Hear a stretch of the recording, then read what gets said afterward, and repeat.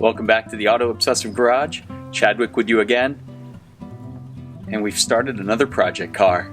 I know it was quick. I just introduced the Mercedes 190 16V, and here we are again, sitting in another car. And if you couldn't tell by the lack of the roof and the small nature of the car, we are in a Miata again. So this is a special one though. This is a Mazdaspeed Miata. For those of you not in the know, this was a special Miata made by Mazda in their Mazdaspeed division. The only factory turbocharged Miata to ever be made, only over those 2 years. In 2004, the production numbers were a little higher. 2005 tend to be rare and harder to find because there was a factory fire that ceased production. Seeing the 05 ones for sale are pretty rare. You should definitely jump on them. I don't know if it actually demands a premium, but as far as rarity goes, they certainly are the rarer one to find. That being said, I got a heck of a deal on this car. Is it perfect? No, it's not. Far from it. Is it a clean title? You bet. The deal is, this is an 05. It does have 159,000 miles on it, so it has seen some use. So overall, car runs pretty good. We're gonna have to get into the maintenance stuff.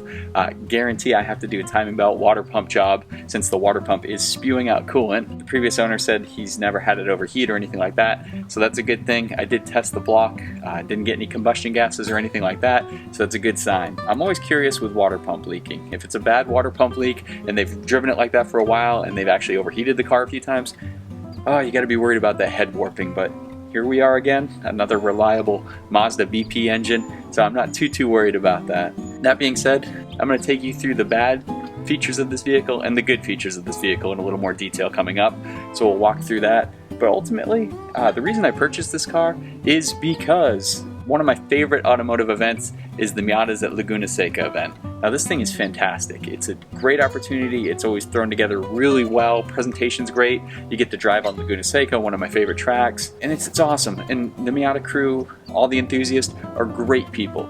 You can go there and you'll see thousands of Miatas, and not one of them will be the same as another one, which is an awesome experience. That being said, I just sold my Miata not too long ago, and come to find out that this year is going to be the final one they hold at Laguna Seca. That's crazy. I've been going to these for a few years. I'm pretty upset to hear that. But that being said, I definitely got to make it to the last one. On top of that, it's the 30th anniversary of the Mazda Miata. I'm sure you've seen the pictures of the orange 30th edition one floating out there. God, that thing's gorgeous. But anyway, definitely want to be there for that. It's a very momentous occasion, being the 30th anniversary and the last time they're going to have it at that racetrack. So I needed a Miata. So late night perusing of Craigslist, came upon a Mazdaspeed Miata that was priced very low. These things tend to hold their value better than most Miatas. Part of that's rarity, part of it's performance. They are very well reviewed, so that's certainly a factor that plays into it. So I wasn't actually looking for the Mazdaspeed version. When I found one for a good price, I became instantly interested. Test drove it. Owner was very cool, very detailed guy. Had the car for quite a while. Worked out a great deal with him, and here I am sitting in a Mazdaspeed Miata. Just high level, what I'm gonna have to do, the first thing you'll notice is the paint. And we'll go over, like I said, in some greater detail, but the paint is shot. It's horrible. The body is very nice. No rust. I took a little peek underneath to make sure there's no rust. We're good there. No real dents, no damage. This is a clean title vehicle, so no salvage title. California sun has wreaked havoc upon this. And I've never known Miatas especially to have great paint quality. So this one being exposed to the sun a little too much, clear coat peeling, a lot of fading. It's gonna need a full respray. I've done a full respray on a car before and all the prep work, and it was a nightmare. It took forever, didn't even come out that clean, so I'm gonna put this in the hands of a professional. I factored that into the cost of the car, so unfortunately you guys know how I like to do all my work in-house. That's something I'm gonna have to outsource on this build. Other than that, mechanically, the engine does feel great. Compression was good. Did a compression test and a block test to make sure there's no leaks. Everything's good there. Haven't really looked underneath in great detail, and that's when we find out if there's more leaks than we thought we had. I'm expecting there to be a minimum of valve cover gasket leak and something else. Of course, the water pump's pouring out coolant, so that's going to be something we need to address. Inside, the car is in great condition. Seats are not worn or torn, any tears, not even seam separations. I'm super happy with that. He did have the 6-speed manual shifter rebuilt with the Flying Miata kit, and it feels perfect. Probably one of the best feeling shifter feels I've ever felt in a car before. So that's fantastic stuff. And everything functions, everything works great. Even the sound system sounds great. Not really my most important feature when I'm shopping for Miatas, but hey, it's there. I like it. We'll look at the bads. and we'll look at the goods, and then we'll start this project series off. I'm going to do a lot more maintenance, find some wood to knock on instead of like drastic repairs. So I'm expecting, a 1 to 2 month turnaround based on my availability of time, and drive it around and enjoy it for a while. Miata's at Laguna Seca 2019 is in October, so we have plenty of ramp up time for the event. So let's get wrenching on this thing. Thanks for following along. I'll try to make it as entertaining as possible. We try to keep it lighthearted and fun here at the Auto Obsessive Garage. So let's dig into this bad boy and see what we got.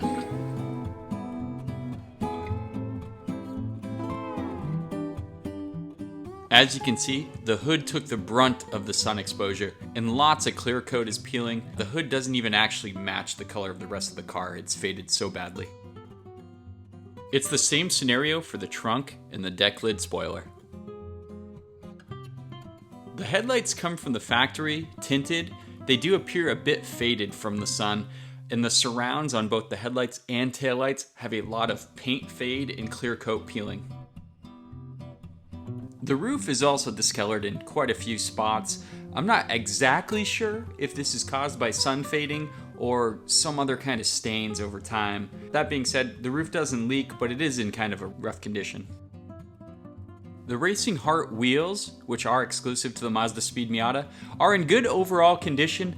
There are some cases of pretty severe curb rash that I'm going to go ahead and try to repair. The engine bay of the Mazdaspeed Miata is also going to need a little bit of attention. From a mechanical standpoint, it looks like there's a few leaks around the valve cover, which I'll have to address, and then some cleaning issues. I'm definitely going to have to get in here and clean this valve cover. I don't want to have to repaint it. I like the original color and I want to keep it as original as can be.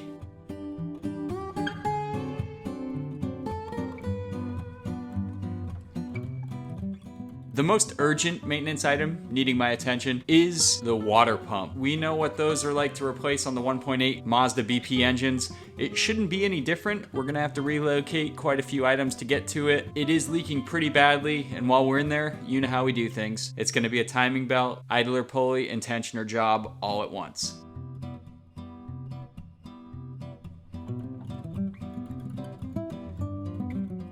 Now on to the good features of the Mazdaspeed Miata. The interior is in really good shape overall. The center console and dash area are completely stock and in great shape with no cracks or scratches. As stated earlier, the seats are in great condition with no tears, seam rips, or major wear. Take a look at the driver's seat condition. No wear on the bolster at all. The overall great condition of this Miata's interior and the fact that everything is original in stock makes it a highlight of the vehicle. It's also nice to find the original Mazdaspeed floor mats in place, even though they do need a deep cleaning. The previous owner's installation of the Flying Miata shifter rebuild kit was a bonus. Another good attribute of the vehicle is the lack of major dents or scratches, even on the bumper areas. These are the most common places to find scrapes and dents, and on this car with 159,000 miles, there's nothing present. It's completely clean. The previous owner also installed brand new fog lights on both sides of the vehicle.